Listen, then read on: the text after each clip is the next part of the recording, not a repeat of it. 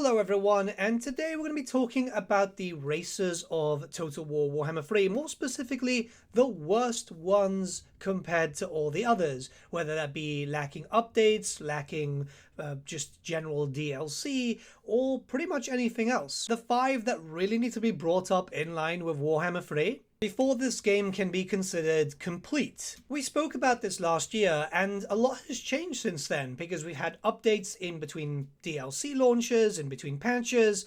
A lot of stuff has changed, which is great.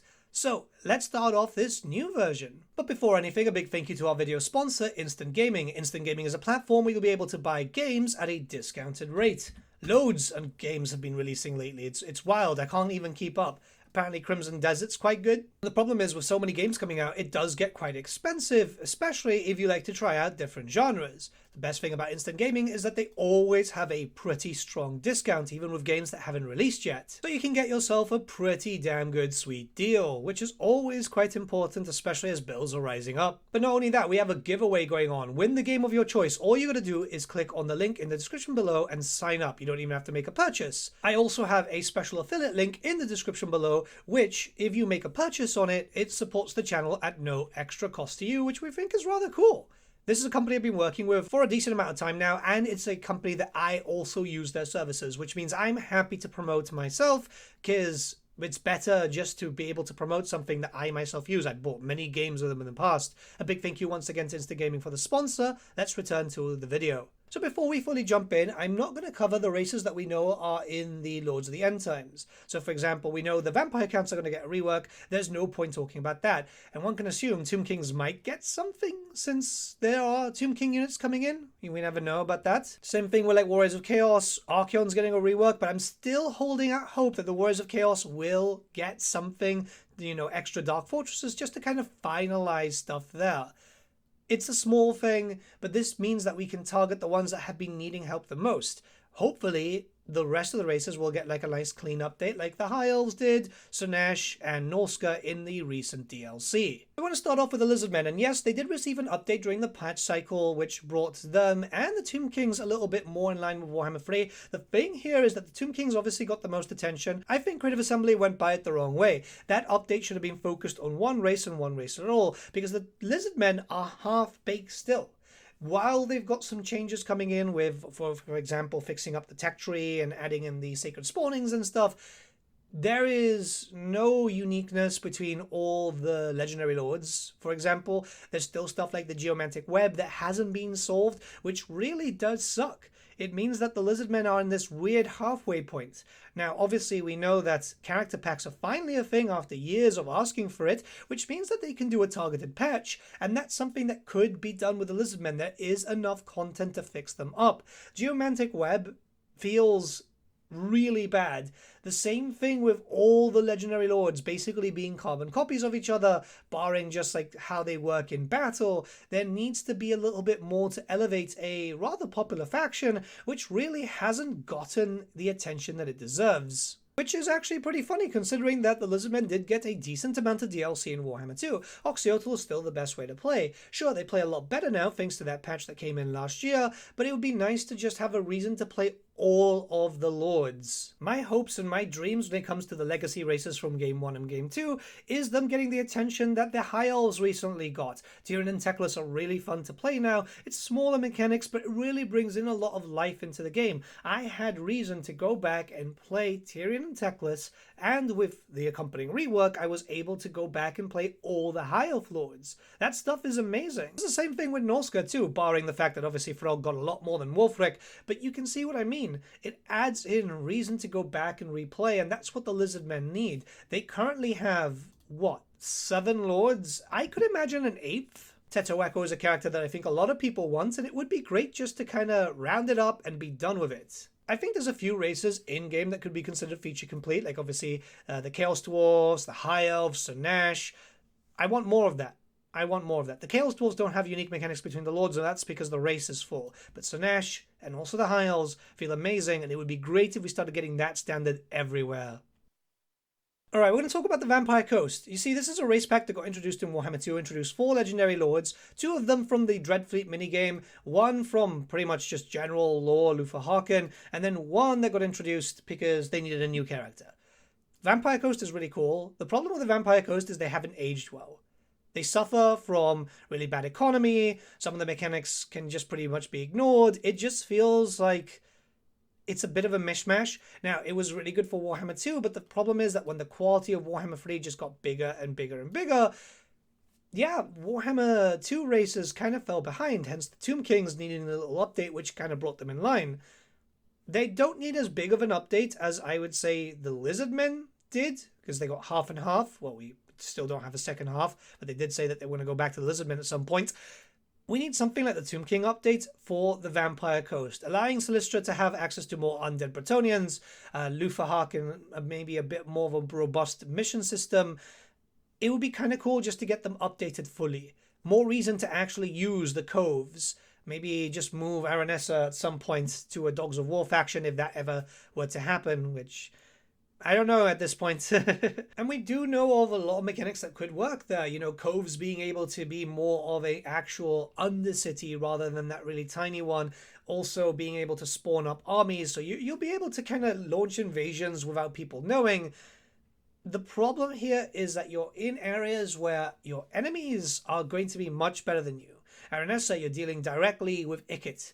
With any others, you're dealing with High Elves, Dark Elves, and Lizardmen swarming you from the very beginning. You have some potential allies, but even then, they're not very reliable. The race has definitely fallen behind a little bit, so it needs to be updated to be brought in line and allow for just a general better play. I've seen a lot of people complaining about the Vampire Coast, and it's weird that we haven't seen anything.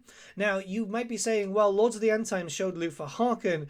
I don't know if that means that the Vampire Coast is going to get anything, because I feel like what we've seen from the End Times already in terms of like discussion and the reveals, it sounds very ambitious, unless, so maybe this will be the outlier, unless it's going to be like seriously the largest patch we'll ever see. But considering that they also said that they're planning for siege changes around that period too, I don't know, man. I don't know.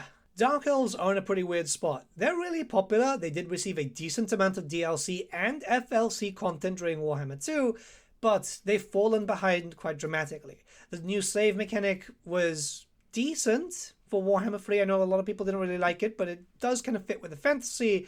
It's just, there's nothing really going on. There's this weird mishmash in terms of certain characters, like Morathi is supposed to be like kind of Sineshi. She gets a little bit here and there. Tides of Torment did help that, but she's still not fully there. Malekith has nothing, which is weird for a character known as the Witch King, one of the most central point characters for Warhammer Fantasy history, having no unique mechanics compared to his other counterparts, and they've fallen behind quite dramatically in terms of just general play.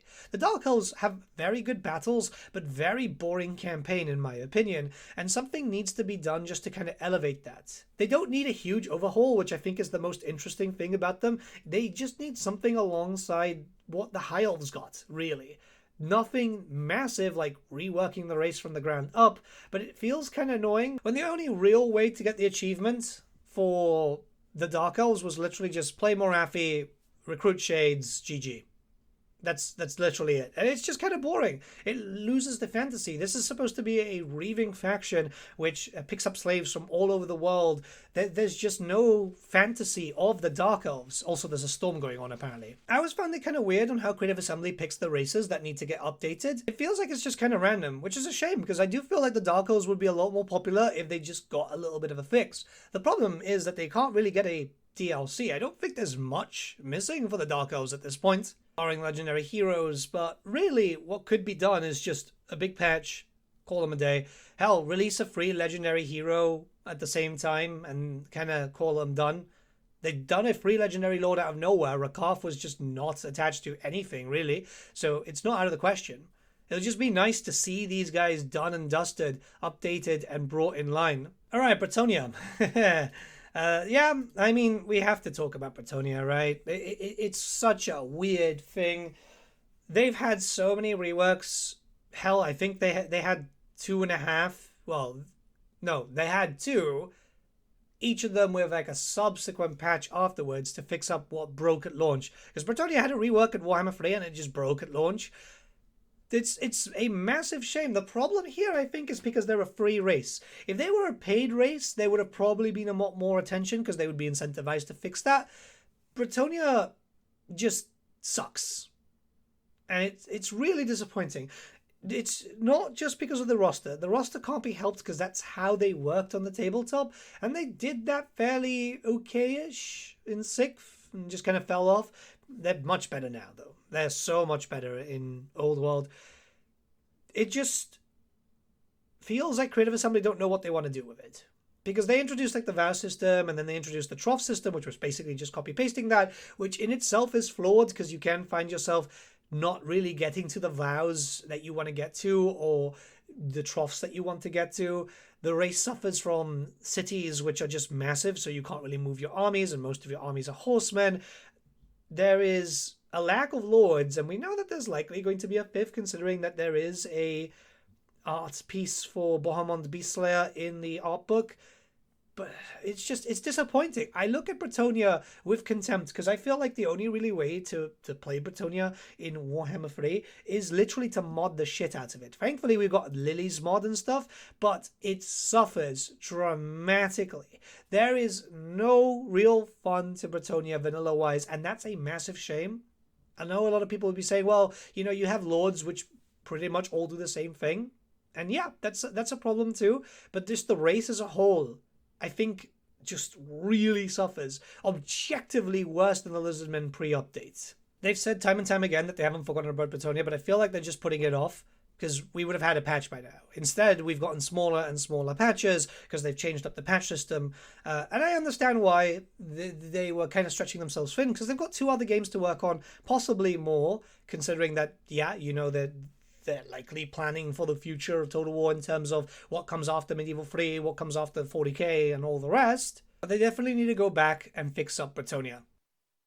Wood Elves now are a classic case of they worked for Warhammer 2 when the map was smaller in Mortal Empires, but have dramatically fallen in terms of playability when it comes to just everything in Warhammer 3.